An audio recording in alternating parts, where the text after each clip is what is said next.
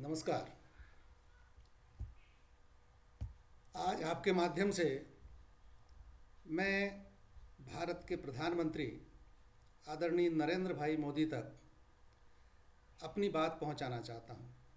दरअसल यह बात मेरी व्यक्तिगत नहीं है, यह आप सबकी बात है और आपके प्रति अपनापन रखने के कारण आज आपकी बात आपके ही माध्यम से मैं नरेंद्र भाई मोदी तक पहुंचाना चाह रहा हूं। एक खुला खत मोदी जी के नाम। आदरणीय नरेंद्र भाई, मैं आपका एक अंध समर्थक हूं, एक ऐसी जमात का सदस्य जिसे आम तौर पर लोग भक्त कहकर चिढ़ाते, खिजाते, अपमानित और लांछित करते हैं। मैं आज से नहीं, उस समय से आपका समर्थक हूं जब आप भाजपा के शीर्ष पुरुष नहीं बने थे। सोशल मीडिया पर मेरे द्वारा साझा की गई उस समय की एक पोस्ट मुलाहिजा फरमाइए। किसके निमंत्रण का करते हैं इंतजार, पलक पांवड़े बिछा हम सब हैं तैयार। झूठ के मुलम्मे से थक हार ऊबे हैं, आपकी अगुवाई में सत्यपथ मंसूबे हैं। कश्मीर हो या गुवाहाटी सब और अंधेर है, सत्ता की भूख ने जन से किया दूर है। दीपक की ज्योति बुझे मुरझाए कमल, इसके पहले हे नरपुंगव उठ तन चल। देश की अस्मिता खतरे में है, जयचंदों की फौज कतरे कतरे में है।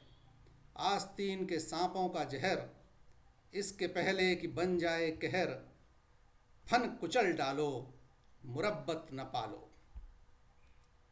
यह आग्रह मैंने उस समय किया था जब नरेंद्र भाई मोदी भाजपा के शीर्ष पुरुष नहीं बने थे।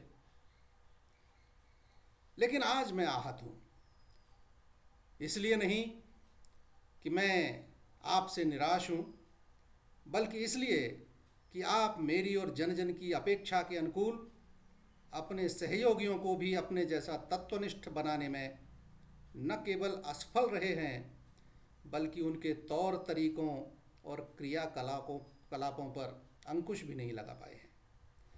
देखकर दुख हो रहा है कि एक ओर तो आम आदमी अपनी बेटी की शादी के लिए 2.5 लाख निकालने के लिए भी बैंक के सामने लाइन में खड़ा होकर धक्के खा रहा है, जबकि दूसरी ओर आपकी सरकार के मंत्री महेश शर्मा और नितिन गडकरी अपने बच्चों की शादी में बिना लाइन में लगे करोड़ों खर्च कर रहे हैं। जाहिर है आपके राज्य में भी आम आदमी और खास आदमी के लिए नियम अलग अलग हैं। इसीलिए जब केजरीवाल आरोप लगाते हैं कि उन्होंने किसी धन्ना सेठ को अपने नोट बदलवाने के लिए या पैसे निकालने के लिए बैंक की लाइन में लगे नहीं देखा, तब आपके सत प्रयासों की हवा निकल जाती है।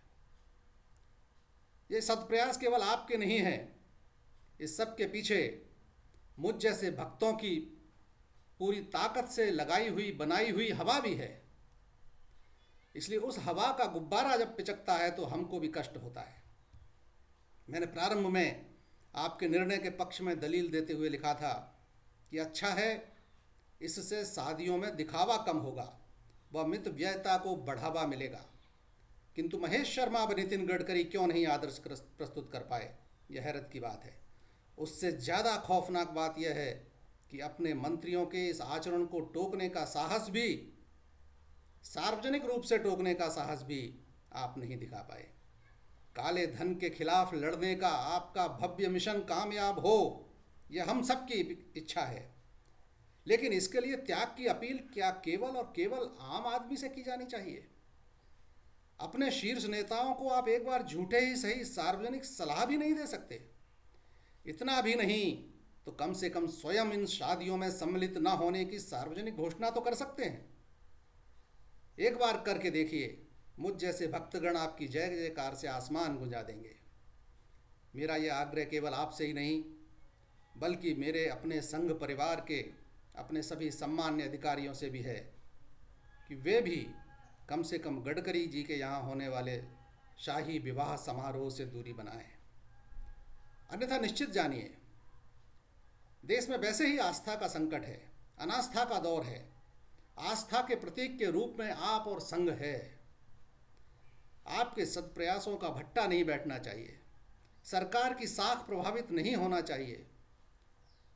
भूलिए नहीं, यह जन पत्रकारिता का युग है।